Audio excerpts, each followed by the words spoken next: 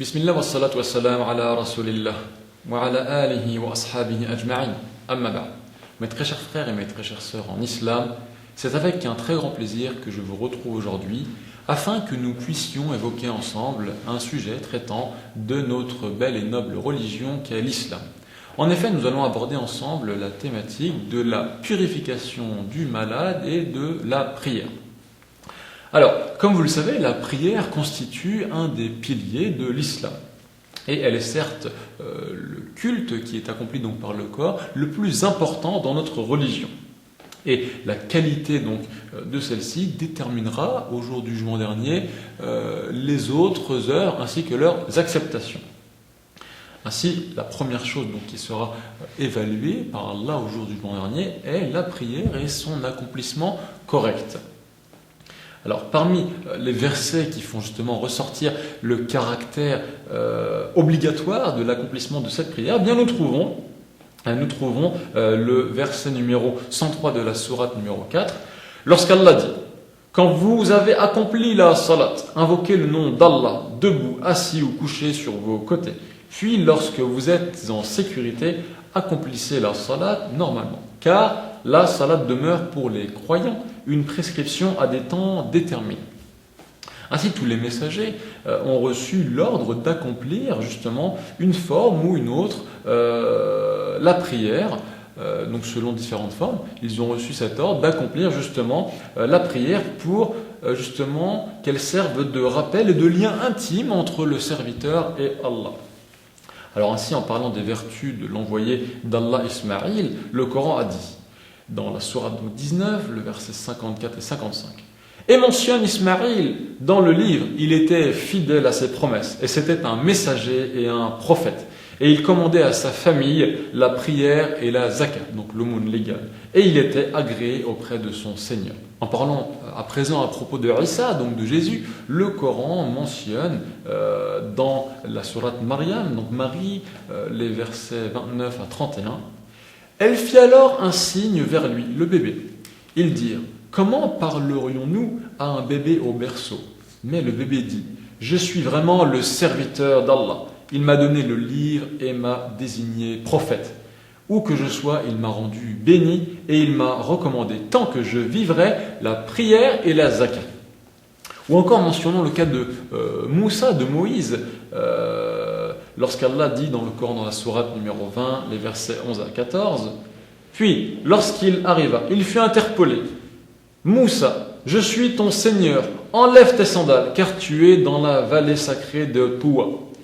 Moi, je t'ai choisi. Écoute donc ce qui va être révélé. Certes, c'est moi, Allah, point de divinité autre que moi.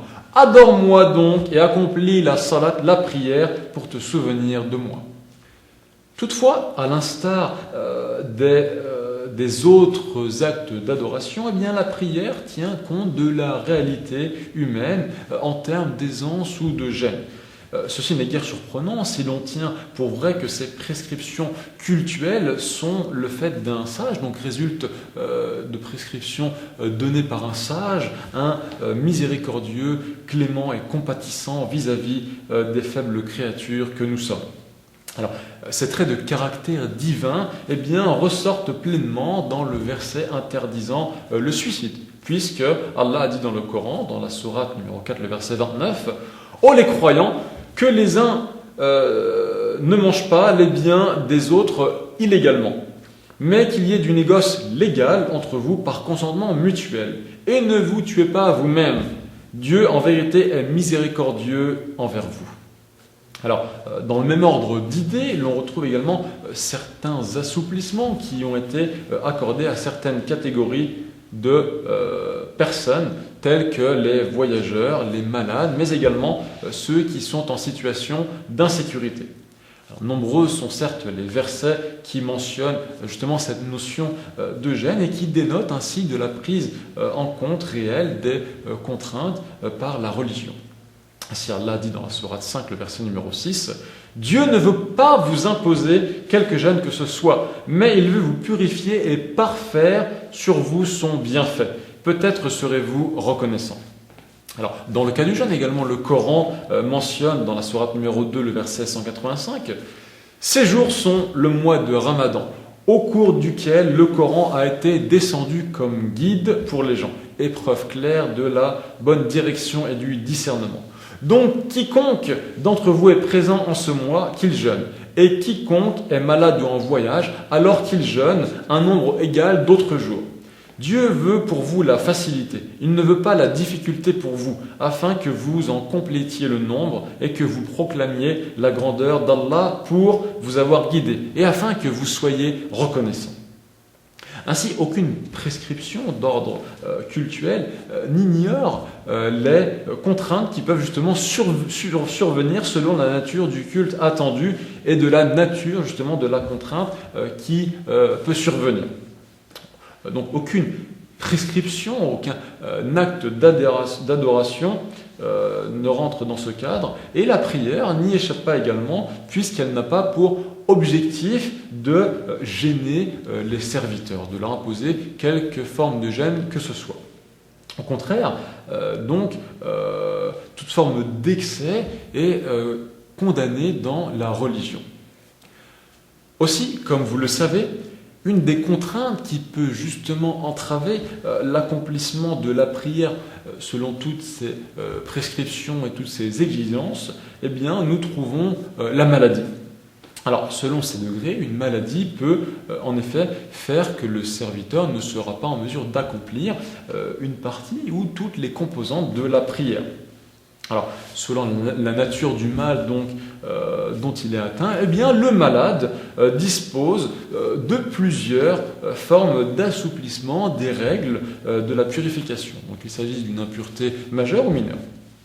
Alors, la purification avec de l'eau lors des petites ablutions, donc des ablutions mineures, en cas de souillure mineure occasionnée par l'urine ou les excréments, eh bien, il se peut que l'individu ne puisse pas y avoir recours à cette eau, parce qu'elle pourrait lui nuire ou retarder la guérison. Eh bien, c'est également dans ce cadre que l'islam est venu justement pour donner d'autres solutions que nous allons aborder pour de tels individus atteints de maladies, afin qu'ils puissent justement ne pas nuire à leur propre corps.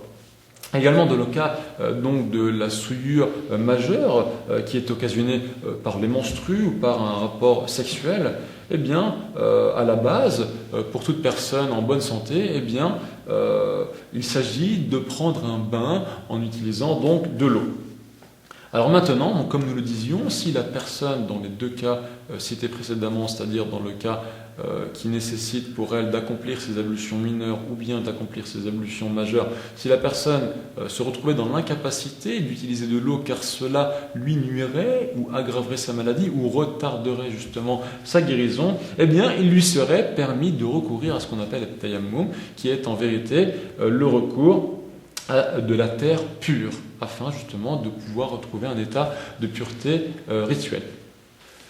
Ainsi, Allah a dit dans le Coran, dans la sourate numéro 5, le verset numéro 6. « Mais si vous êtes malade ou en voyage, ou si l'un de vous revient du lieu où il a fait ses besoins, ou si vous avez touché aux femmes et que vous ne trouviez pas d'eau, alors recourez à de la terre pure.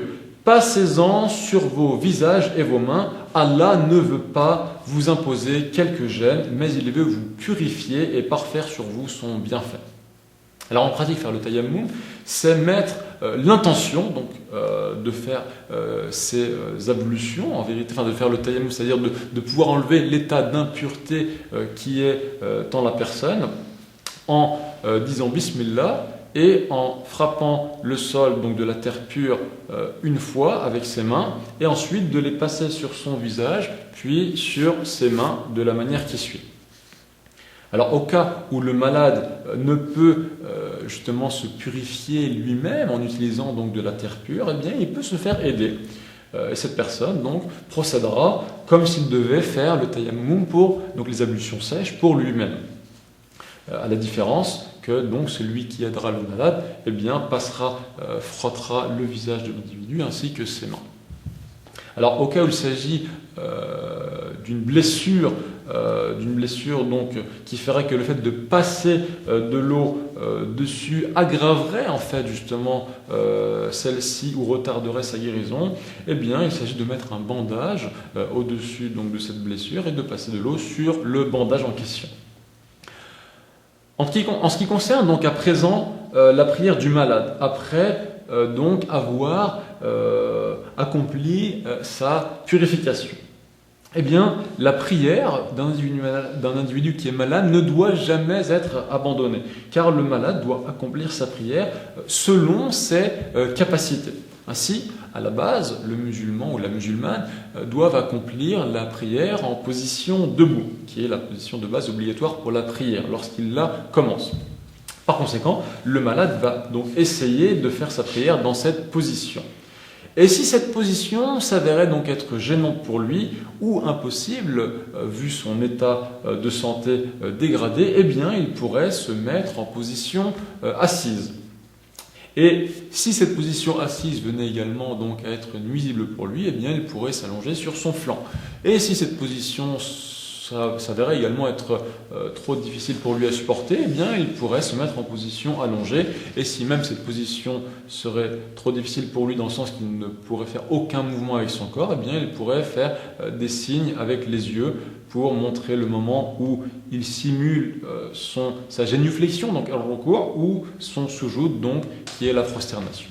Aussi, serviteur d'Allah, tout ce qui vient d'être dit est en fait relatif au malade qui accomplit sa prière, donc en adoptant la position qu'il peut, tant que ce qui l'a empêché justement de prendre la position requise en temps ordinaire perdure. C'est-à-dire que si un individu commence sa prière debout ou en étant appuyé ou incliné sur quelque chose et qu'il ne recouvre pas sa faculté au cours de la prière, eh bien, il lui est permis de rester ainsi jusqu'à la fin de la prière.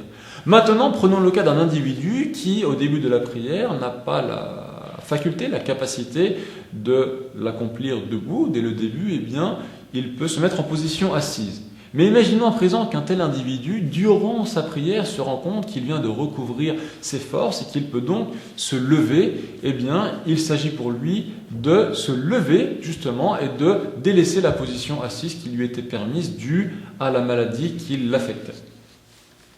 Alors, nombreuses sont certes les erreurs et les négligences qui sont commises par les musulmans justement dans tout ce qui est relatif justement à l'accomplissement de la prière du malade. C'est ainsi que certains malades pensent même qu'il ne leur incombe plus d'accomplir justement la prière due à leur maladie. Et d'autres pensent qu'il leur est permis de reporter l'accomplissement des prières après avoir obtenu la guérison. Alors d'autres se disent ne pas pouvoir prier, par exemple en raison de problèmes de purification ou d'abyssal ou souillé. Eh bien en réalité, rien de ce qui précède ne justifie l'abandon de la prière. Il faut donc accomplir la prière dans les temps prescrits, car il y a toujours des assouplissements qui sont prévus justement pour les personnes malades afin qu'elles puissent accomplir les modalités de la prière dans les meilleures conditions possibles. Aussi, nous demandons à Allah le Tout-Puissant de nous permettre d'accomplir la prière de la manière dont il nous l'a prescrite, et nous lui demandons de nous donner la santé, et nous lui demandons qu'il guérisse tous nos frères et nos sœurs malades à travers le monde. Et notre dernière demande à Allah sera qu'il fasse descendre sur Mohammed sallallahu alayhi wa sallam, mais également sur sa famille, ses proches, ses compagnons et sur tous ceux qui l'ont suivi dans le bien jusqu'au jour du jugement dernier, et bien qu'il fasse descendre sur eux sa prière et ses bénédictions.